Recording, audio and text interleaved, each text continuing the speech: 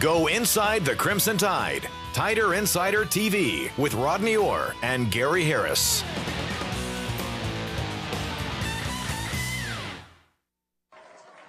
Will it be Tech? Will it be the Tide? The next few seconds will tell the story.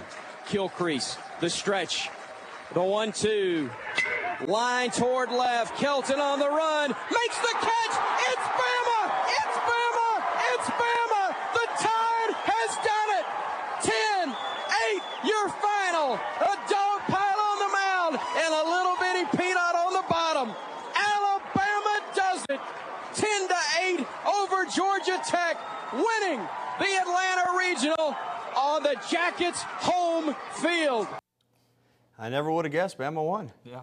Chris Stewart of the Crimson Tide Sports Network with the exciting final call last night in the Alabama baseball game. The Crimson Tide now only 2 wins away from the College World Series. A couple of weeks ago, it looked like they might not even get into the SEC tournament. Good evening, everybody, and welcome in to Tider Insider TV, presented by Buffalo Rock. Tonight, we're enjoying Mountain Dew alongside Rodney Orr, founder of TiderInsider.com. I'm Gary Harris, and Rodney, we will start off tonight, appropriately so, on the diamond. Nathan Kilcrease is only 5'6", but last night, again, he stood taller than anyone on the diamond after throwing 95 pitches in a start on Friday in Game 1 of the Regional against Elon. He came back last night in relief and threw 106 pitches.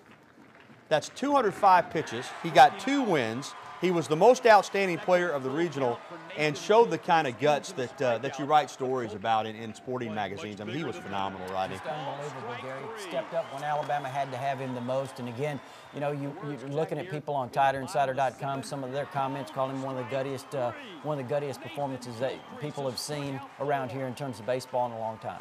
You know, he thought when he went into the game, and they needed him because the starting pitching and then the first couple of relievers yesterday just not effective. Georgia Tech had 6 runs very early in that game, but Kilcrease comes in and winds up going 6+ innings, as I mentioned, throwing, I think, 106 pitches.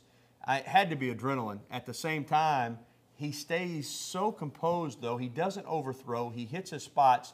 You know, you don't think about pitchers throwing 200+ pitches in 3 days, but with the way he throws, he's capable, obviously, of doing it. He just doesn't get rushed. He doesn't try to overthrow, and he hits his spots. And even a great hitting team like Georgia Tech struggled against him. Well, what else can you say about the Alabama pitching staff? How they performed the last part of the season, then heading into the SEC tournament, they pitched extremely well, and now in the regionals they've done extremely well. And again, how much, what has Coach Bunn done for this pitching staff, Gary? Yeah, he's been very, very good. Now he's going to face his old school, Clemson, this weekend. Well, the Tide had to do some good work, though, to get to that championship game last night. They started off, as I mentioned, against Elon on Friday. Now, the head coach of the Elon Phoenix, Mike Kennedy, said that he heard the Tide wasn't a very strong offensive club. His scouting report, well, that's what it said, and that was with good reason. But Bama's bats came alive. They had just been an average hitting team during the regular season, but they got hot at the right time, and they got a lot of runs on Friday to kind of get the regional started. And again, you know, this is a team that didn't hit a lot of home runs during the regular season, but at the regional, they were pounding them. Well, you know, again, we talked about 2 weeks ago on the show before the SEC tournament about the pitching and how strong that was coming around. Now it's the timely hitting also, Gary. And again, when you start peaking at the right time, which this Alabama team has obviously gotten very hot at the right time, and, you know, getting the timely hits, certainly this team is going to be reckoned with. And, Rodney, as we talked about already just a few weeks ago, Alabama looked like it was not even going to make the SEC tournament. The chances of getting an NCAA regional were slim, but the Tide got hot. They started the season hot. They finished it hot, winning 12 of their last 14 after starting out 15-1. So during the middle part of the year, they slumped. But right now, they are playing like the team we saw early in the year. And, Rodney, it's been a strange year. Do you ever remember a Bama baseball team starting out that red hot, 15-1? Then it looked like for a while couldn't beat anybody, then finishing 12-2 down the stretch. Well, interesting year. Yeah, it has been, Gary. And certainly I remember back in '83 when Alabama made a strong run. They actually lost in the national championship game to Texas. They got extremely hot. Now, I don't remember the whole season. That's been a long time ago. But I remember that team, a lot like this team, getting very hot near the end of the year. And you got to give Mitch Gaspard a lot of credit. You know, he stayed the course. Todd Hoyer and I would talk about when Todd would go over there and get interviews every week, how optimistic he was, how easygoing, his demeanor didn't change. I mean, I'm going to be honest. I mean, I'm not going to sit here and tell you a lie now. Rodney, I didn't think this team was going to do anything. I thought they had slumped too badly. I didn't see them turning it around.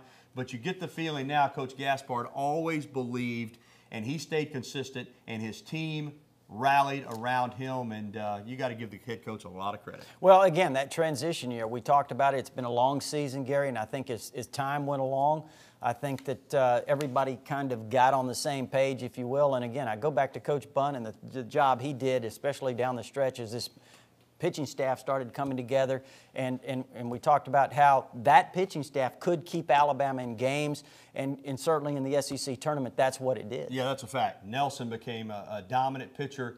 Kilcrease came out of the bullpen, got in the starting rotation. Adam Morgan regained his form. Right now, those three starting pitchers, you could put them up against anybody in college baseball. All right, let's take a look at what's next up for the Tide. The only bad news is Alabama's got to travel. And the good news, obviously, is they're playing for the right to go to the College World Series. Clemson will host. Clemson, of course, just like Alabama, as the number 2 seed on the road, knocked off the number 1 seed. In their case, it was Auburn last night. So they will host on Saturday, Sunday, and Monday if necessary. And, Rodney, you know what's interesting is Clemson has had a season similar to Alabama's. Their records are very, very close. They hit a spot there in the season where they struggled. I think they finished 4th in the ACC, but there was a time when they weren't playing very well. But like Alabama, they rallied late, and then their bats really were awesome down in the Auburn Regional. Even the game they lost to Auburn, they scored a lot of runs. And they're a team that can hit the baseball.